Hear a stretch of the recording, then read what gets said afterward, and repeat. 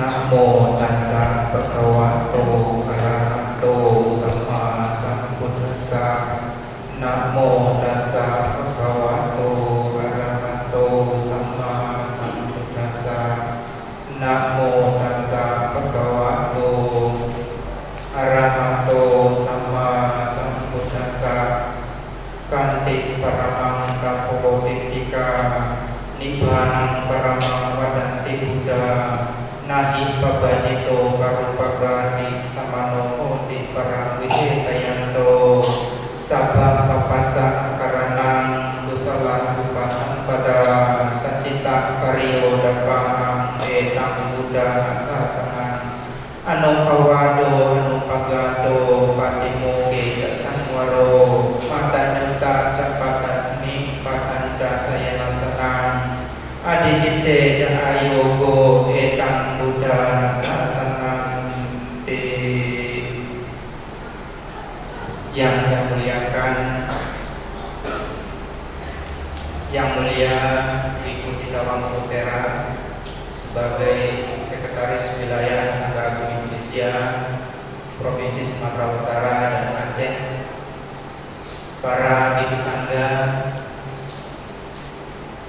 yang saya hormati, para pengurus yayasan, pengurus Daya Kasaba serta pengawas, hadirin para upasaka, upasika, Bapak Ibu, saudara-saudara, adik-adik sedama yang berbahagia. Pada kesempatan malam hari ini kita berkumpul dalam rangka memperingati suatu peristiwa penting yang mana terjadi pada saat masa-masa awal setelah guru junjungan kita Sang Buddha Gautama mencapai kemenangan sempurna. Peristiwa ini umum dikenal dengan istilah Magha Purnami atau Magha Puja, yaitu suatu puja yang dilakukan pada saat bulan Magha. Kenapa ini menjadi satu hal yang istimewa? Karena sesungguhnya disinilah yang menjadi jantung atau menjadi tolak ukur inti daripada ajaran agama Buddha itu sendiri, di mana dikenal juga dengan istilah Caturangga Samipata, yaitu satu peristiwa yang terdiri dari 4 faktor, di mana peristiwa ini terjadi setelah 9 bulan guru junjungan kita merealisasi pencapaian sama Sang Buddha. Ketika itu tanggal 15 di bulan Magha, setelah senja hari atau sore hari, Sang Buddha membabarkan 3 raka sutta kepada petapa pengembara yang bernama Diganaka, yang merupakan keponakan dari Bante Sariputra. Sang Buddha turun dari puncak Gunung Gijaputta menuju Weluwanarama, tempat yang mungkin tidak asing lagi bagi Bapak Ibu saudara-saudara sekalian yang sudah melakukan perjalanan dharma yang pernah ke India. Selalu tempat ini dikunjungi oleh umat Buddha dari segala penjuru dunia, karena memang disitulah Sang Buddha membabarkan Owada Patimokkha, seperti yang Bapak Ibu saudara-saudara sekalian telah lantunkan tadi. Peristiwa ini dikenal dengan istilah Caturangga Samipata, karena itu tadi terdiri dari peristiwa yang terjadi ada 4. Caturangga Sanipata. Catur atau catur itu 4. Ongga itu artinya peristiwa. Dan berkumpulnya peristiwa yang 4 ini pada waktu itu. Peristiwa yang pertama apa, Bapak Ibu Saudara-saudara sekalian? Peristiwa itu terjadi di saat purnama di bulan Maret. Jadi kenapa kita memilih hari ini sebagai hari untuk Maga Puja? Karena pada saat ini sebenarnya menurut penanggalan lunar merupakan hari purnama. Makanya kalau di Thailand merayakan Maga Puja hari ini. Tetapi penanggalan kalender lunar ada berbagai macam penanggalan yang terkadang selisih hari. Maka ada yang cabutnya besok dan ada juga yang tanggal 3. Namun itu bukanlah menjadi suatu masalah. Tetapi yang terpenting adalah hakikat dan makna daripada Maga Puja itu sendiri. Tentu dalam hal ini adalah tidak lepas dari hubungannya dengan Owada Patipota. Seperti apa yang diajarkan oleh Sang Buddha ketika peristiwa itu terjadi.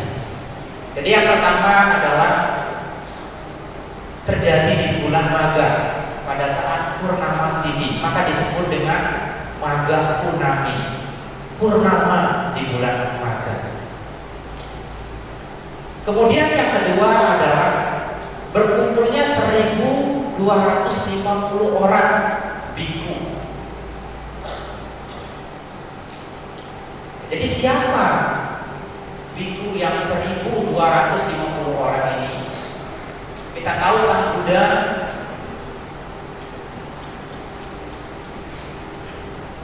beliau telah menjadi Buddha 9 bulan.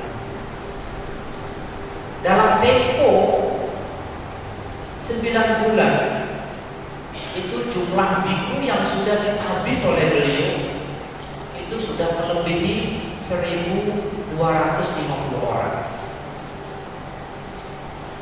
Kenapa lebih? Karena kalau kita hitung-hitung murid daripada Uruwela Kasapa, Nadi Kasapa, dan Gaya Kasapa itu totalnya 1.000 orang. Kemudian murid daripada Sariputra dan Monggalana 250 orang. Itu saja sudah 1.250 orang. Belum termasuk Pancawagya 5 orang. Belum lagi termasuk teman-teman daripada Yasak.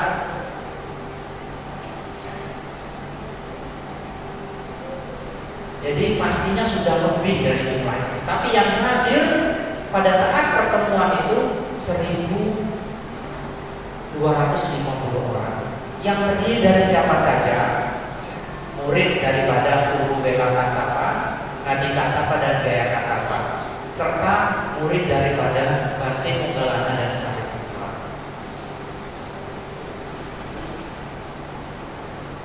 Jadi peristiwa ini terjadi tanpa ada satu kesepakatan. Bayangkan Bapak Ibu Saudara-saudara sekalian, 1.250 orang biku berkumpul tanpa diundang. Mereka bisa berkumpul, bisa datang pada saat dan waktu yang sama. Kita di Medan telah menghadirkan 1.600 orang biku pada saat persemian Taman Alam Lumbini, Candi replika Swedawo, sekitar 1.600. Tapi itu melalui undangan, tapi itu melalui email. Zaman itu tidak ada email, tidak ada handphone, tetapi mereka bisa datang. Itu peristiwa yang kedua. Kemudian semua biku yang hadir merupakan ehi biku upasampada. Kita ketahui bahwa ada 3 cara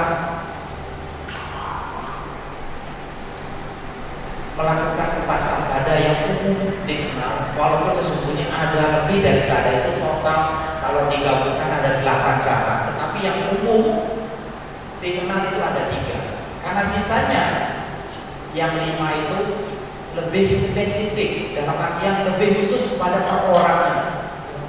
Seperti ketika menabis Pajapati Gotami itu menggunakan dengan cara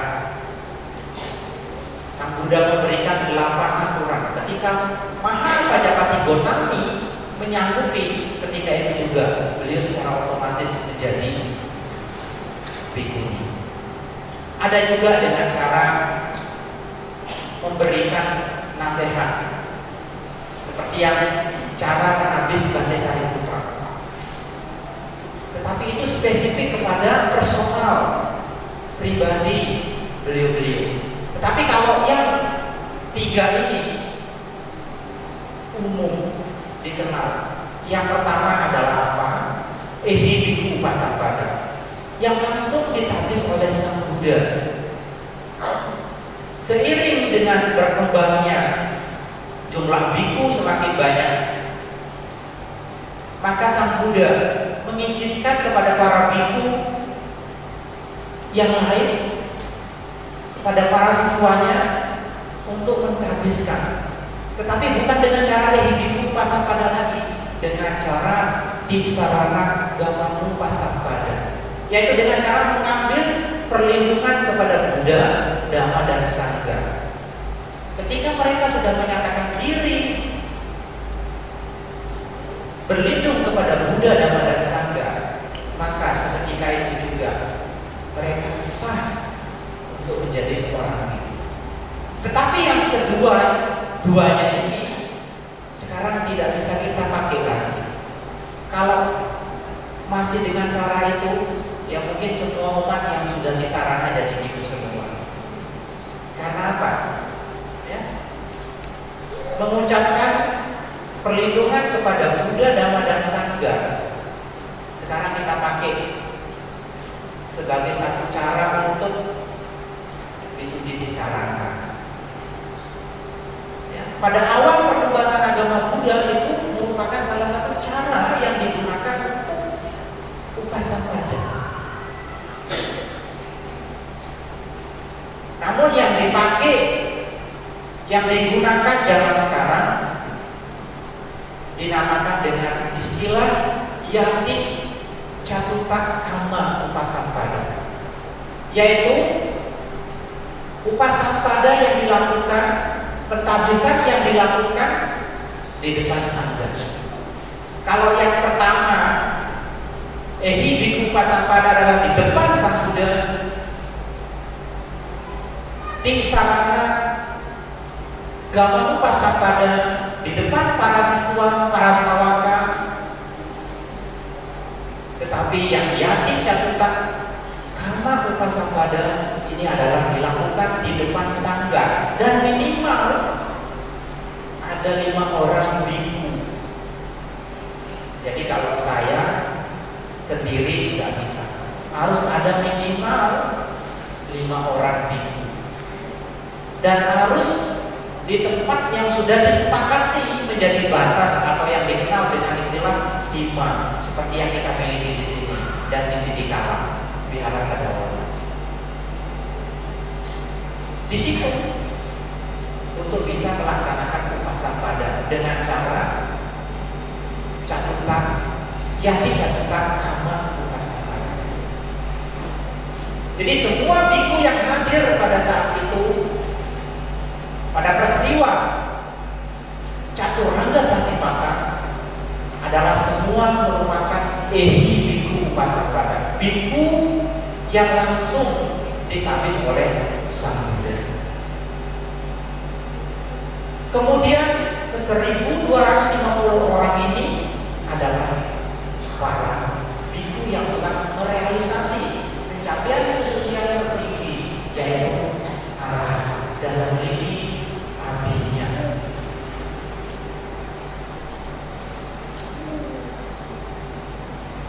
Ini peristiwa yang ketiga.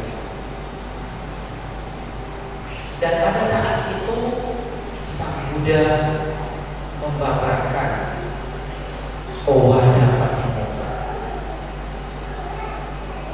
seperti yang telah kita bacakan bersama-sama.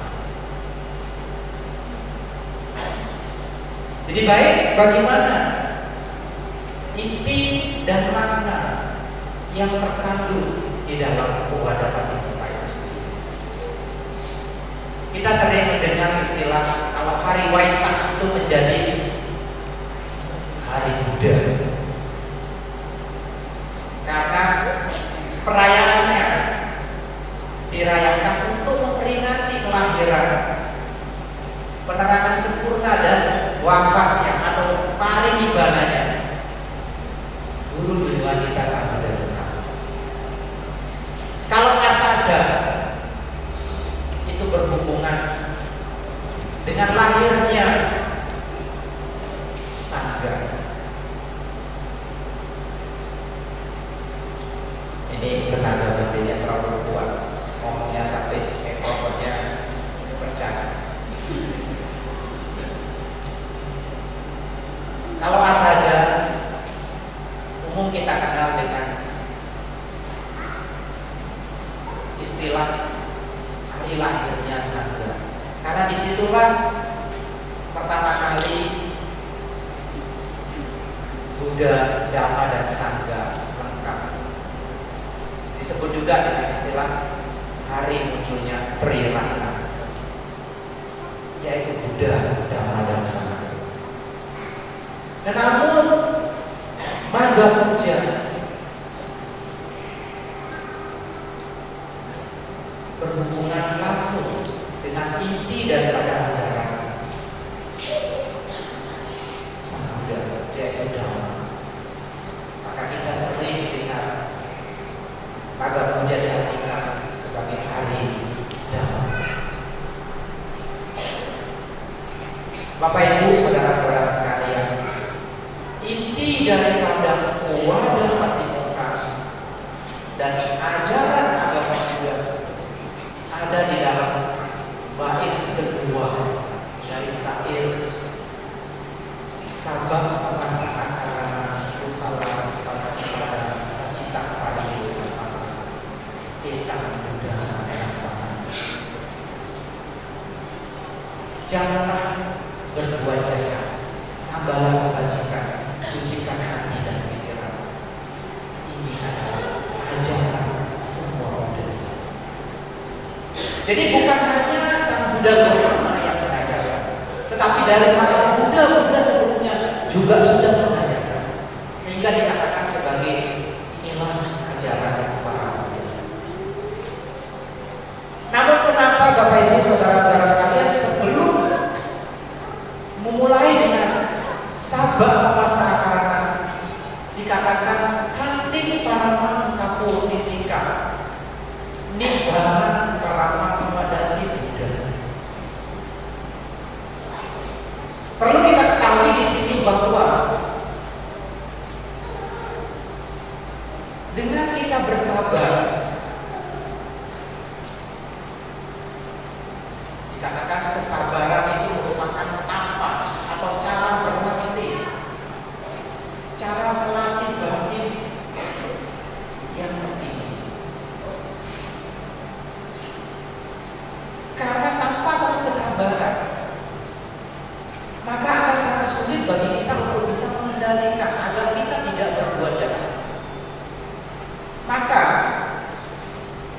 di sini yang namanya sabar atau kesabaran atau anti atau kesakti ini dibagi menjadi dua klasifikasi atau dua bagian. Yang pertama disebut dengan istilah adiwasana, yaitu memiliki kesabaran terhadap gejolak yang dialami oleh jasmani. Apakah itu panasnya terik matahari, atau dinginnya cuaca, atau kondisi jasmani yang sakit, kondisi jasmani yang capek, kondisi jasmani yang kesemutan, tidak tahan duduk lama, mendengar baca ceramah, kesemutan. Itu harus sabar, disebut sebagai adiwasana.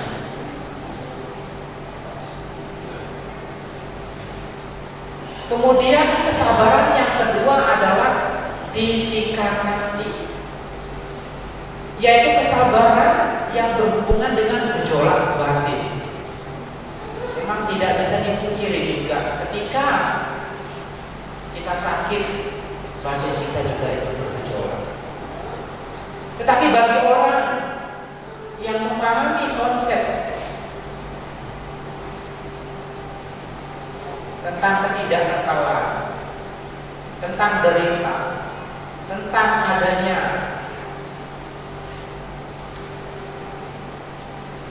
perasaan, munculnya perasaan, timbulnya perasaan, lenyapnya perasaan,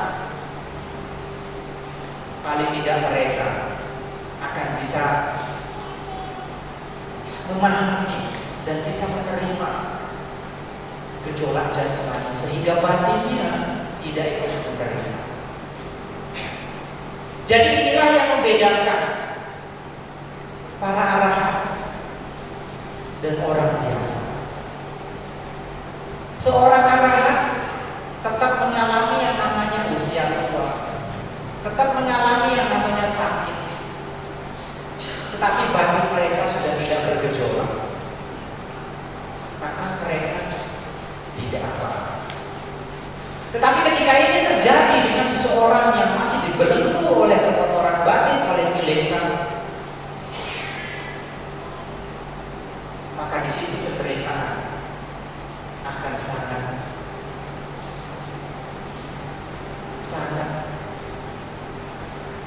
membuat kita jadi penderita. Jadi kalau adiwasana kami tadi berhubungan dengan penderitaan, dengan kesabaran yang harus kita hadapi akibat derita yang dialami oleh jasmani. Tetapi kalau titikakati adalah kesabaran yang berhubungan dengan gejolak batin.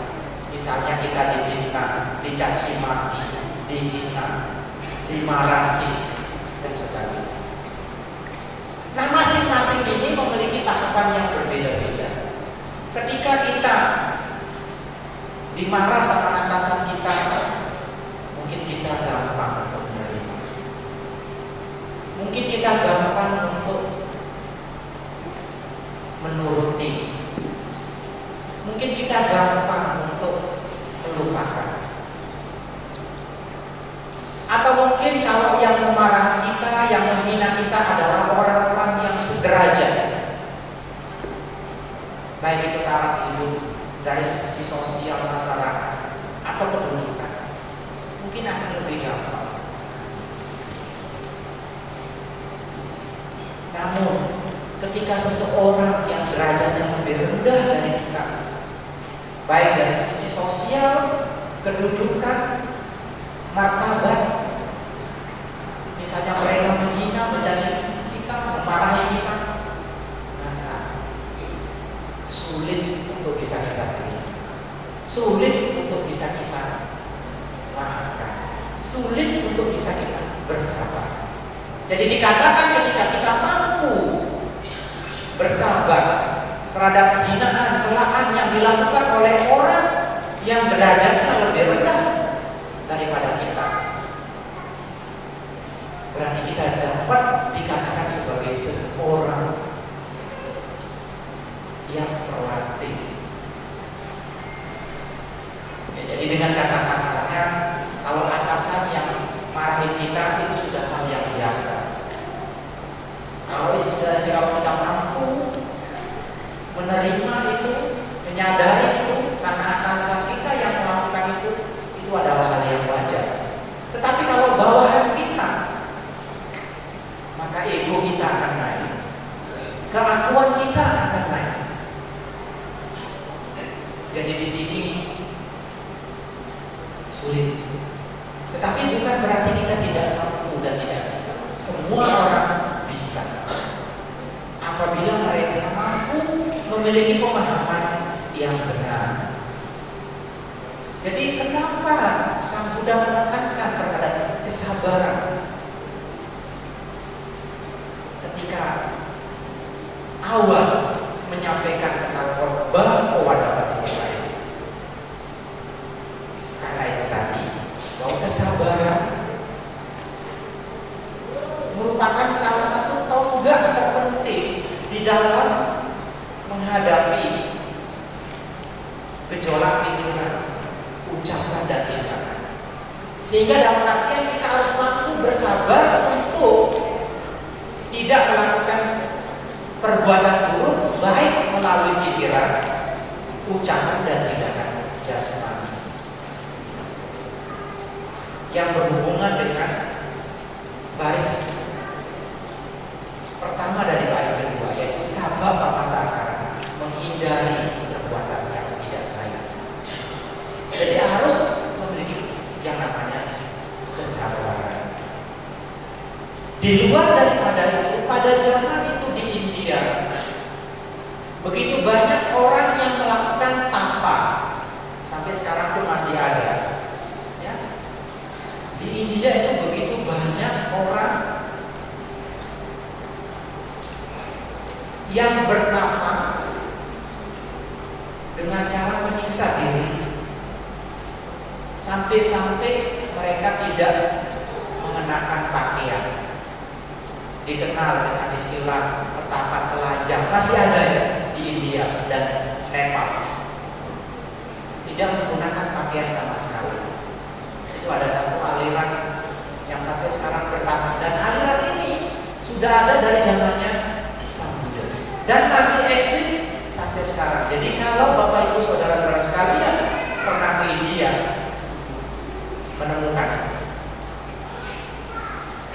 petapa telanjang,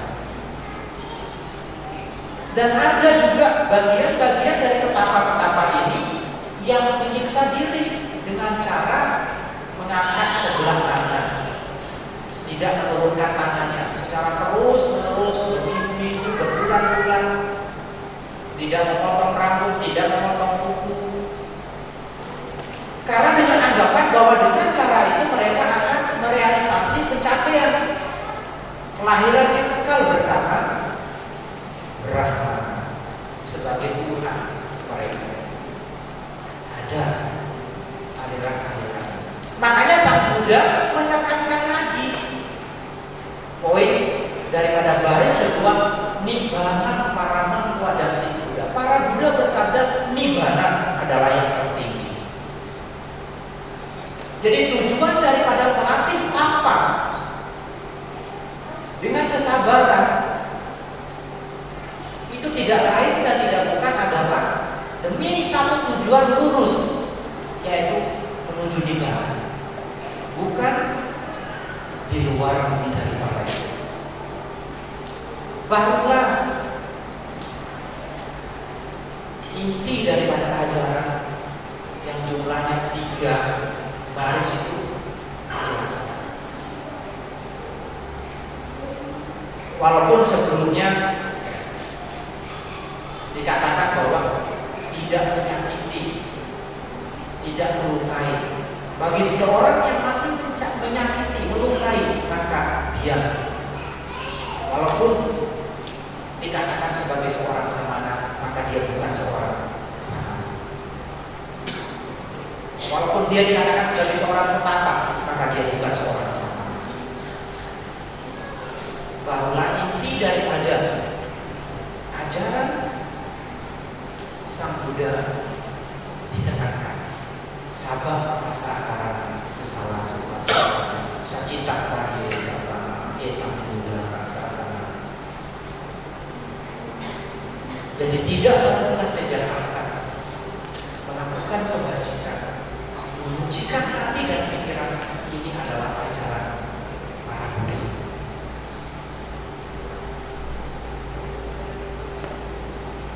Lalu bagaimana kita dapat menghindari yang namanya kejahatan? Di sini dijelaskan ada 10 aku salah kamapata yang harus dihindari, yaitu pembunuhan, pencurian, perzinahan, memfitnah, berkata kasar, menghasut, kata-kata yang tidak bermanfaat, abijah, yaitu keserakahan, biar pada, itikat yang tidak baik, serta pandangan salah.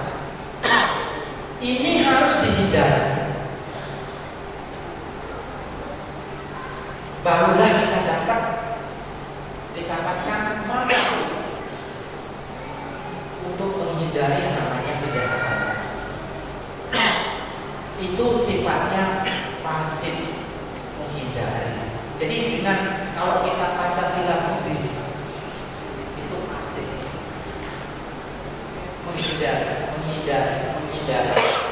Tetapi tidak cukup dengan hanya menghindari, Bapak Ibu saudara-saudara sekalian. Kita harus aktif, proaktif, termasuk juga dalam pelihara.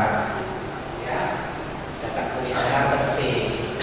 Berarti selalu sering nasihatkan wihara, wi dan ahara. Wi itu pikiran, berasal dari kata pikiran. Ahara itu makanan. Jadi kalau Anda mencari makanan batin, carinya di wihara, bukan di kafe, bukan di diskotik, atau bukan di restoran. Kalau di restoran bisa saja dapat makanan jasmani, ya, perut lapar, makan kenyang. Tetapi kenyang bukan berarti bisa menjamin kita bahagia. Bukan berarti menjamin kita bisa hidup tenang dan damai.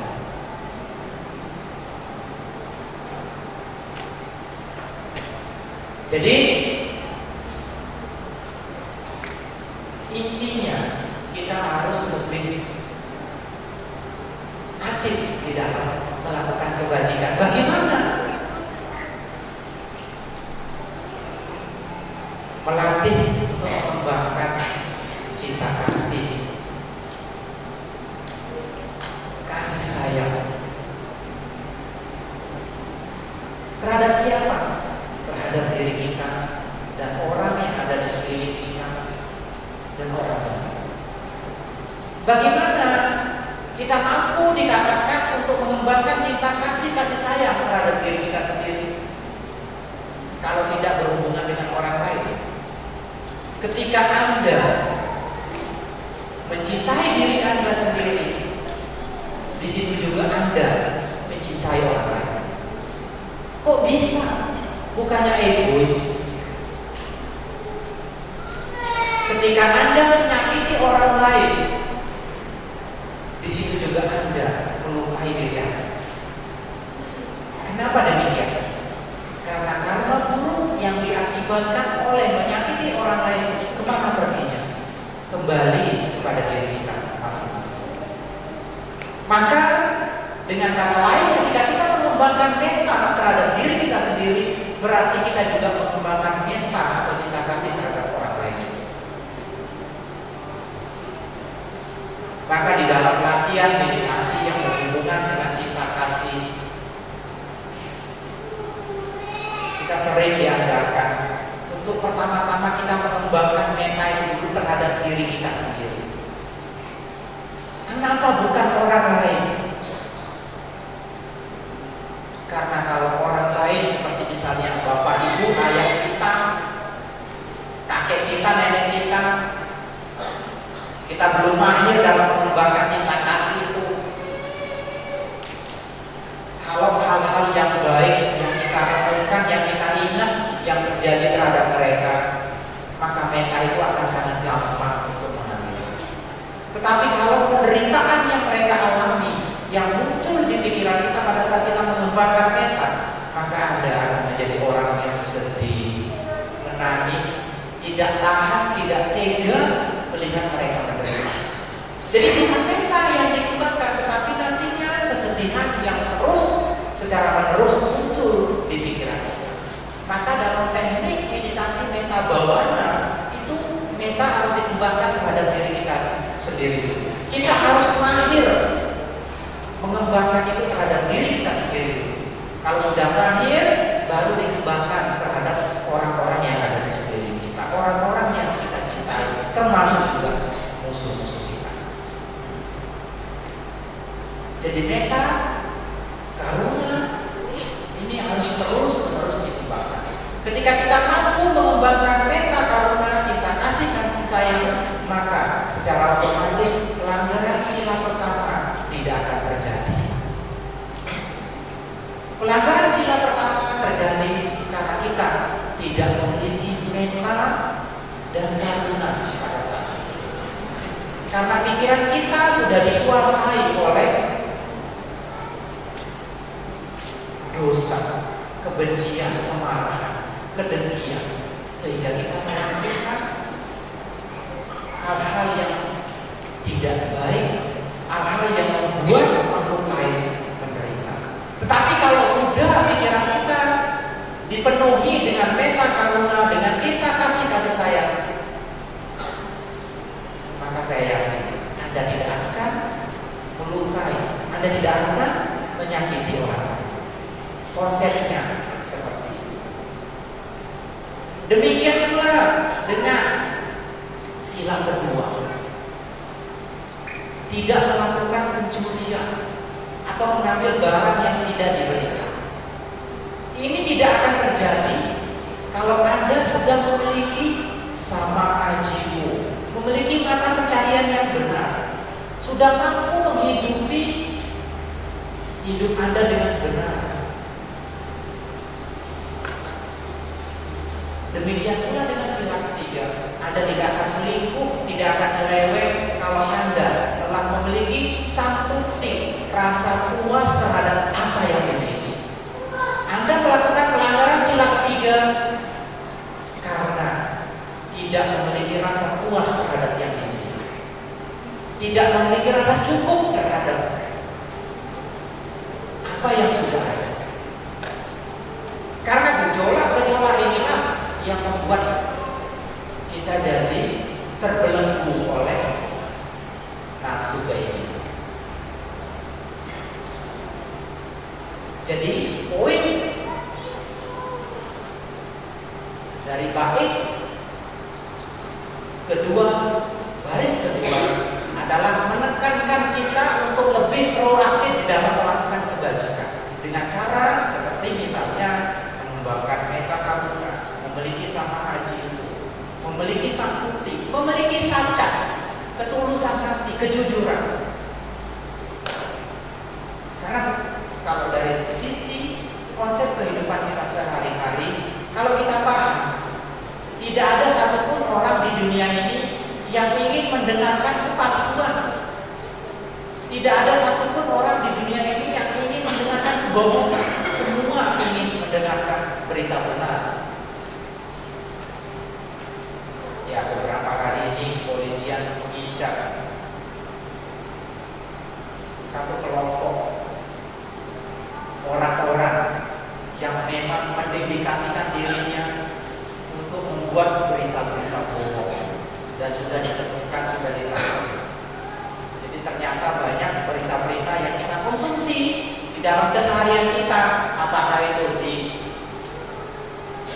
Instagram, Facebook, WhatsApp, banyak berita yang tidak akurat, bahkan merupakan berita bohong. Jadi kita sebagai umat Buddha harus mampu menggunakan pikiran akal sehat ketika kita mengkonsumsi berita-berita, apakah itu berita elektronik atau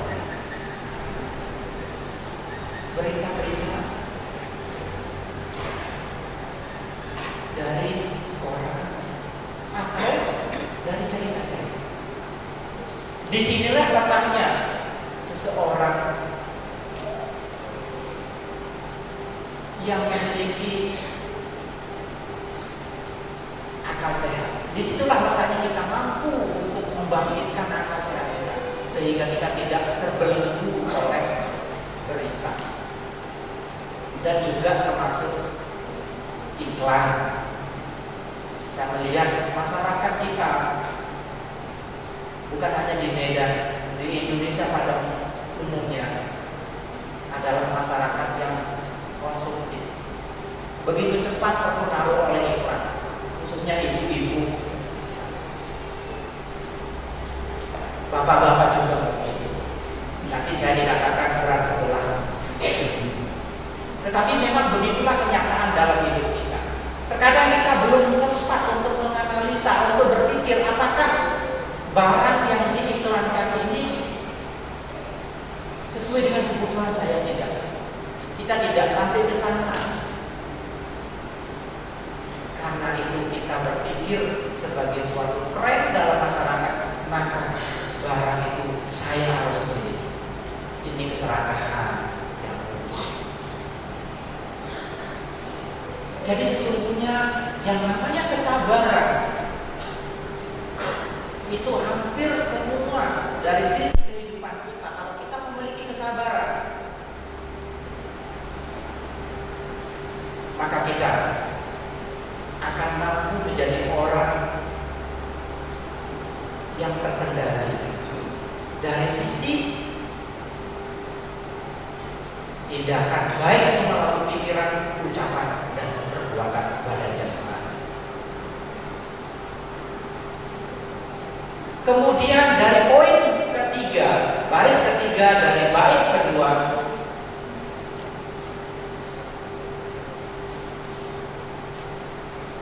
berhubungan dengan pikiran, menyucikan pikiran. Kenapa pikiran perlu disucikan? Apakah pikiran itu kotor? Sesungguhnya dia tidak kotor. Saya sering mengumpamakan pikiran itu ibarat emas. Emas itu kan semua orang menginginkan, ya. Karena dianggap sebagai sesuatu yang berharga. Jadi pikiran itu ibarat seperti emas, sangat berharga. Tetapi emas ini ketika dia masih bercampur dengan tembaga, dengan timah, aluminium, besi, batu, dan sebagainya, maka emas ini tidak bisa diolah untuk dijadikan sebagai cincin, anting-anting, pergelangan tangan, atau kalung, karena dia masih bercampur. Maka kalau tradisional, dia harus digelontok, dia harus digiling, barulah dia bisa dipisahkan dengan menggunakan bantuan air raksa. Karena emas akan terpisah dengan sendirinya kalau sudah dimasukkan air raksa. Jadi pikiran kita juga seperti itu. Ketika pikiran ini masih bercampur dengan nafsu keinginan, dengan kebencian, dengan kemalasan, kelambanan, kekhawatiran, kegelisahan, dan keraguan-raguan, maka di situ pikiran tidak mampu untuk dimanfaatkan, tidak mampu untuk diarahkan secara maksimal, tidak mampu untuk berpikir sehat, tidak mampu untuk berpikir jernih. Maka satu-satunya cara pikiran ini harus dipisahkan, harus dikeluarkan dari 5 hal yang menjadi kotoran pikiran, atau sering kita dengar dengan istilah rintangan batin, yang merintangi pikiran, yang merintangi pikiran kita, batin kita untuk maju. Itulah yang disebut dengan istilah pancaniwara. Ini sesungguhnya yang selalu menghambat, menghalangi, merintangi pikiran kita untuk maju. Maka kita harus melatih yang namanya samatha bhavana, meditasi untuk ketenangan. Karena ketika pikiran tenang, jernih, kelima hal tadi tidak akan muncul. Bukan berarti tidak ada, dia masih ada, tetapi dia tidak muncul. Dia akan berbahaya kalau dia muncul. Kondisi ketenangan ini kalau secara terus-menerus kita mampu untuk pertahankan, kembangkan,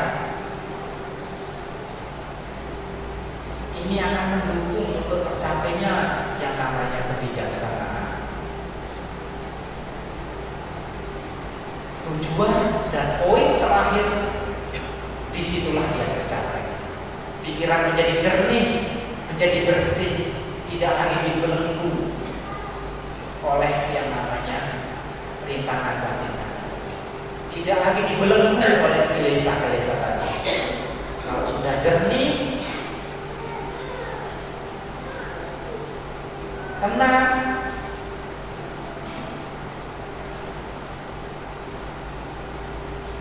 kebijaksanaan muncul dengan menyadari konsep bahwa segala sesuatu adalah berubah-ubah, tidak kekal, mengalami yang namanya penderitaan, dan tanpa aku, tanpa diri yang kekal. Tidak ada yang disebut sebagai diri yang kekal. Pengetahuan itu akan muncul. Kalau sudah seperti itu, maka tidak ada lagi kotoran batin yang ada. Ketika itu juga, pada saat kita merealisasi itu semua, melenyapkan itu semua bentuk daripada kotoran batin, disitulah yang namanya nibbana terrealisasi, tercapai. Pencapaian tertinggi dan yang merupakan yang tertinggi dari semua. Bapak Ibu, saudara-saudara sekalian, ini merupakan satu tahapan yang pertama-tama harus kita paham. Sebelum kita mampu untuk mempraktikkan itu dalam kehidupan yang nyata, pertama sekali kita harus paham. Pertama sekali kita harus mengerti. Kalau kita tidak mengerti, maka sulit bagi kita untuk bisa praktik dengan baik.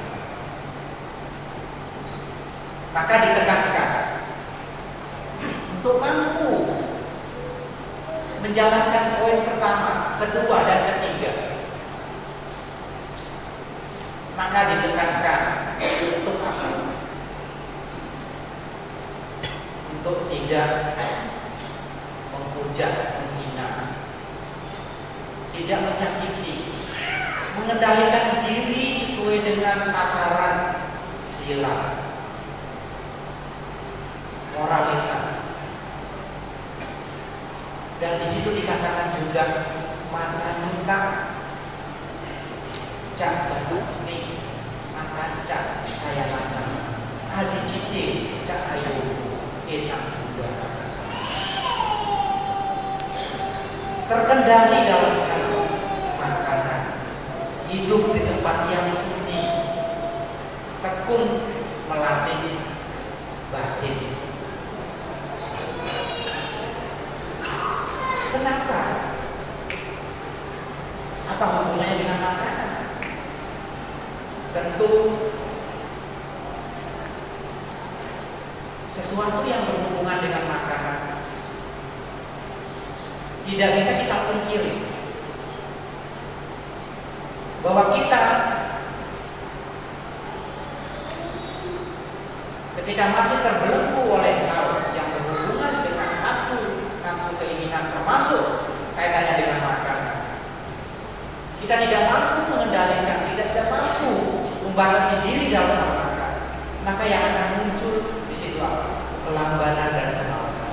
Akan sulit untuk berlatih, yang khususnya berkaitan dengan pengembangan. Karena kemalasan dan kelambanan merupakan salah satu rintangan yang menghalau kita untuk maju di dalam kemajuan spiritual. Jadi hidup di tempat yang sunyi, yang tenang, yang damai juga dibutuhkan. Apalagi bagi para pemuda. Jadi intinya wadah Patimokkha menitik beratkan kepada 3 poin yang berhubungan dengan menghindari perbuatan yang tidak baik, mengembangkan kebajikan, dan menyucikan hati dan pikiran. Mengenai penerapannya dijelaskan di dalam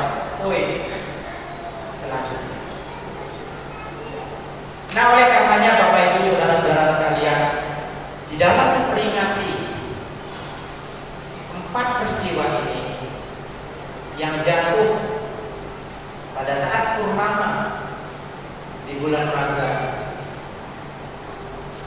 perlu kiranya bagi kita semua untuk mengoreksi diri kita masing-masing. Karena tanpa ada satu koreksi, kita akan sangat sulit untuk mengetahui kelemahan dan kekurangan.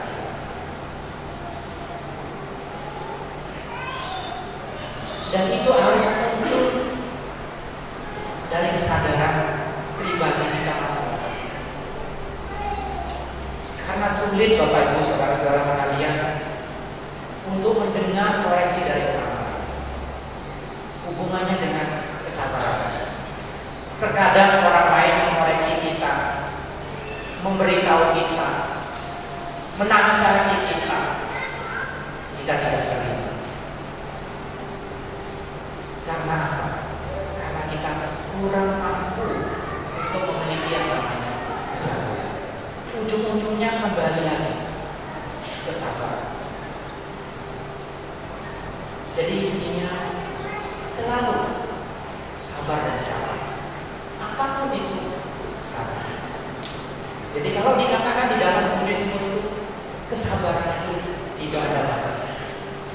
Kita sering berbicara saya sabar, ada batasnya. Tapi agama Buddha mengajarkan kita untuk tidak membatasi kesabaran. Karena di mana kita membatasi kesabaran, di situ kita selalu celaka. Terkadang-kadang hal yang sepele kita tidak sabar bisa terjadi fatal. Jadi oleh karenanya, walaupun hanya satu kata sabar, kesabaran, namun sangat sulit untuk dipahami secara full dalam kehidupan kita sehari-hari. Mungkin sesaat kita mampu. Kalau disuruh seharian belum tentu bisa, apalagi sampai berminggu, berbulan-bulan. Jadi saya sering merupakan orang Indonesia sama orang Jepang. Orang Indonesia itu termasuk saya sendiri, karena saya orang Indonesia, masih sangat sabar sama orang. Kenapa itu bisa terjadi? Saya melihat dari sistem pendidikan mereka. Mereka mendidik, mengajar anak itu dari kecil dengan sistem yang benar. Makanya saya sering mengatakan kalau kita di Indonesia diajarin teori bersabar itu seperti apa, begini-begini. Oh, kalau sabar itu begini.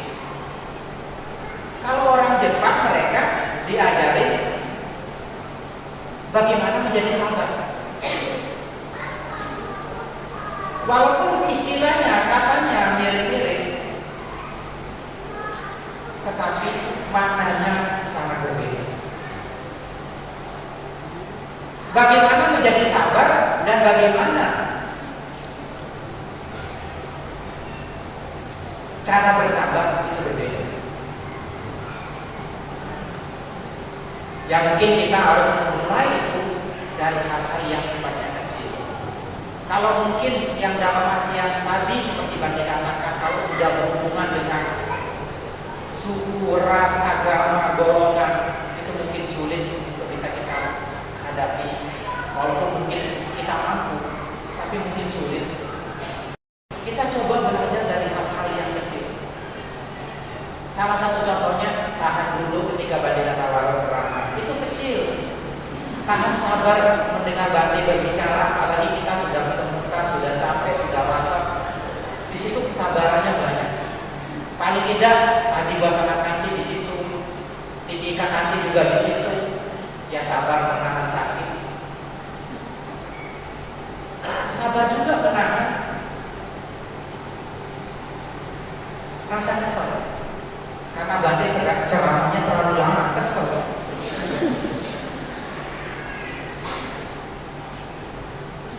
Namun saya berharap Anda tidak ada yang kesel pada malam hari, karena malam hari ini adalah malam yang baik.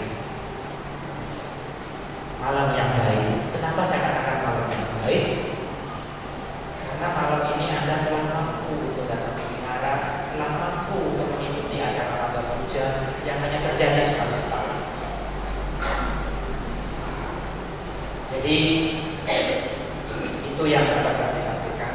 Semoga sedikit dapat di sana ini mampu menambah pengetahuan kita semua untuk semakin memotivasi, semakin bersemangat untuk bersabar. Seperti tema kita pada malam hari ini, makna kewajiban kita. Jadi maknanya sudah Anda dengarkan, tinggal bagaimana prakteknya di dalam kehidupan sehari-hari. Kita harus memulai dan kita tidak boleh lagi mengatakan saya belum. Sebelum kita terlambat, kita harus memulai. Kita harus continue berlatih sedikit demi sedikit. Anda akan menjadi orang yang benar-benar bernyata. Sekian, terima kasih. Sampai Sata bahwa Tuhan Suditata. Semoga semua makhluk hidup turut berbahagia. Namo Buddhaya.